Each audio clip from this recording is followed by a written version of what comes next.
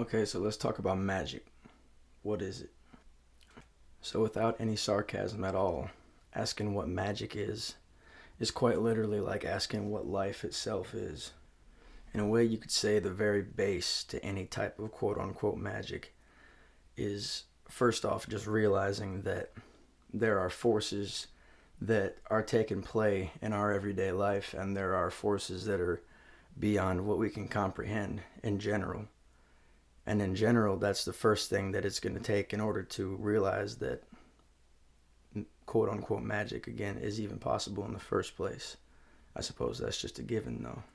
And once you start to realize that these forces that are all around us all the time, spirits and whatnot, they're all energy, different kinds of energy. So you could say that magic is simply energy manipulation, and realizing that we are part of creation and we're here to create. So you take hold of that knowledge that you are made up of all these elements and all these aspects of what we are living in here, and then you learn how to manipulate them to your advantage or to everyone's advantage. However, physically setting up a ritual or doing divination, things like these, they're of course magic again, but everything also is magic in itself. That's just a very short part of what it in itself actually is, which again is just energy manipulation. Of course, you can go categorizing things all day long, but at the end of the day, everything comes from the same creation, and we're working with the same ingredients, just in different manners. But at the base of even being to comprehend how to do these things, how to manipulate energy, you have to first tap into yourself and tap into your own flow of creation that's within you, very literally within your DNA. It's something that you can tap into and unlock. But in order to do that, you have to truly dedicate. It's not something that you're going to be able to do if you are somebody who has no time and no dedication. And it's understandable if you don't, because you've been put into a system to where you're not given any time to have any dedication to any passions. You just work all the time, you come home and you repeat the process. But I've found that once you show true dedication and you show a willingness to go the extra length for knowledge and the seeking of knowledge, that synchronicities will come about in a manner that make it so you get more time to do what you want to do.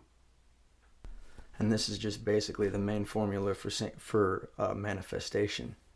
Magic is just another name for manifestation. We're manifesting something intentionally.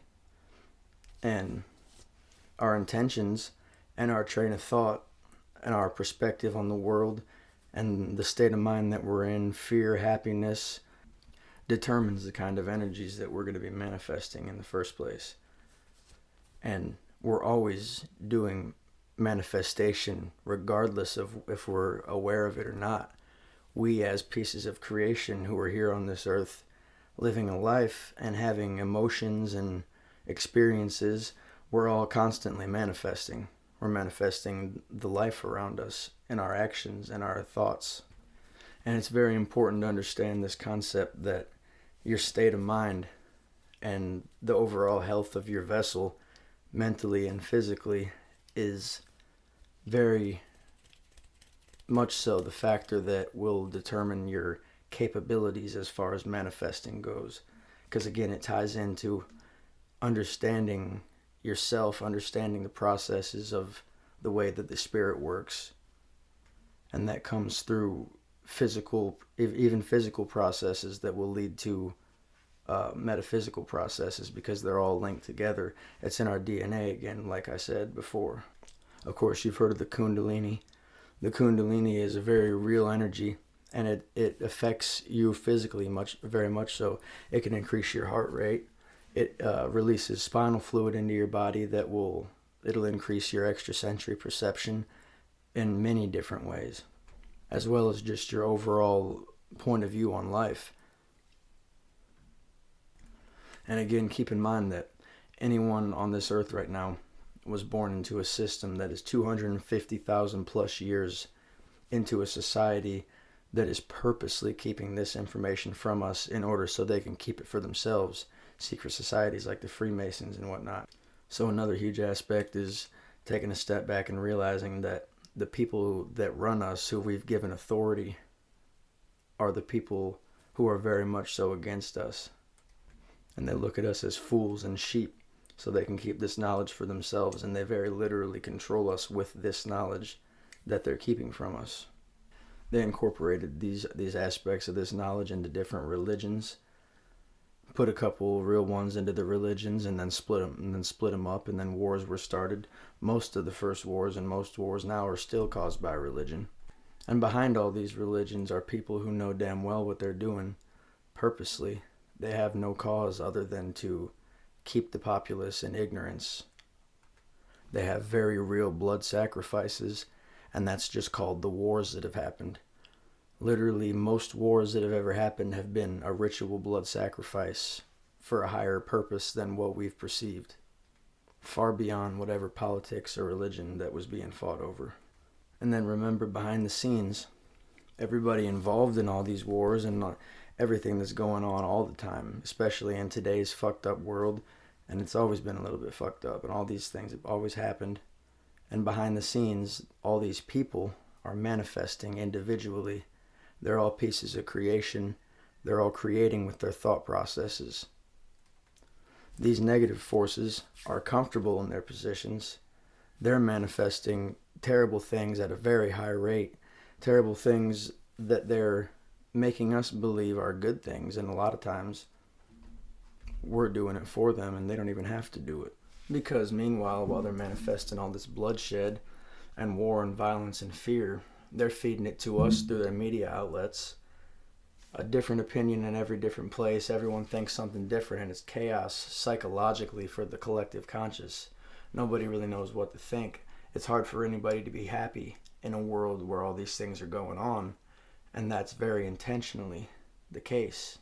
And while they're feeding us all this negative shit on the news, might be true, might not be true, we'd never really know. We make it true with our belief in it, is the point.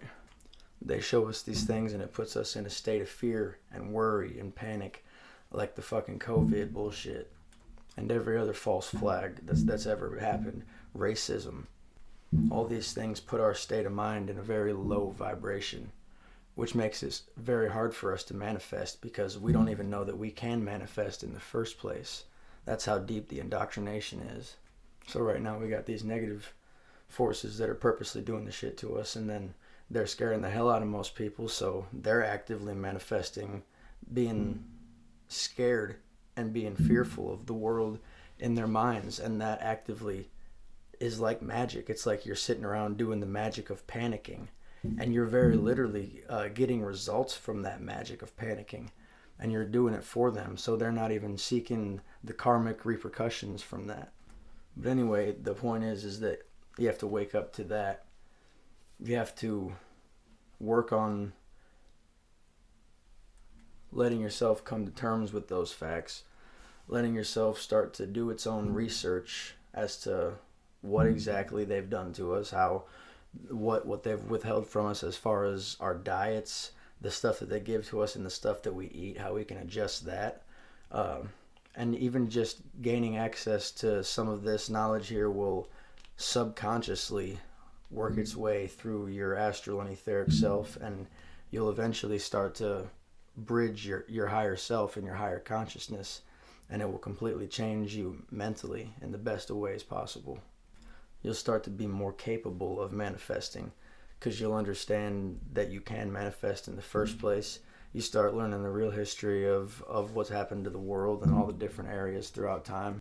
And you might even start to remember past lives, and you'll start having extrasensory perception, because your DNA will be awakening with the knowledge that you're gaining, because your higher self is just as much a part of you as you are. Every aspect of life is completely knowing and communicable all the time. You just don't know it. But once you realize that, or even get that idea in your mind, it will start to work its way up the chain and then back down it to you. And changing your perspective, you vibrate at a higher resonance, and you resonate with higher vibrational beings. Right now, a lot of people are constantly resonating with lower vibrational beings through the things that We just do because we've been made to do that. But once you start seeking knowledge and you're actively manifesting, I want to learn within yourself, you'll start manifesting beings of higher intelligence. And with that, you'll be more open to communication with the spirit realm. You might even start to visually perceive it as your Kundalini awakens, as most do.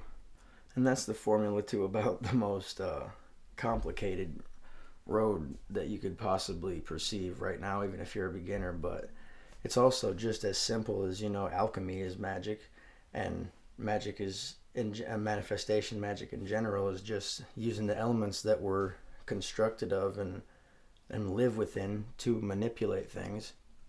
And I think a funny example to think about, seeing as alchemy is using the elements to manipulate each other, then whenever it's icy roads and they put salt on the roads, that's very much so a prime example of alchemy. And it's just like, people don't really think about it because it's just like something that you do. You put the salt on the ice and it melts it, and it wasn't there. It was there before, and now it isn't anymore. It's like magic almost, and it is quite literally alchemy by definition.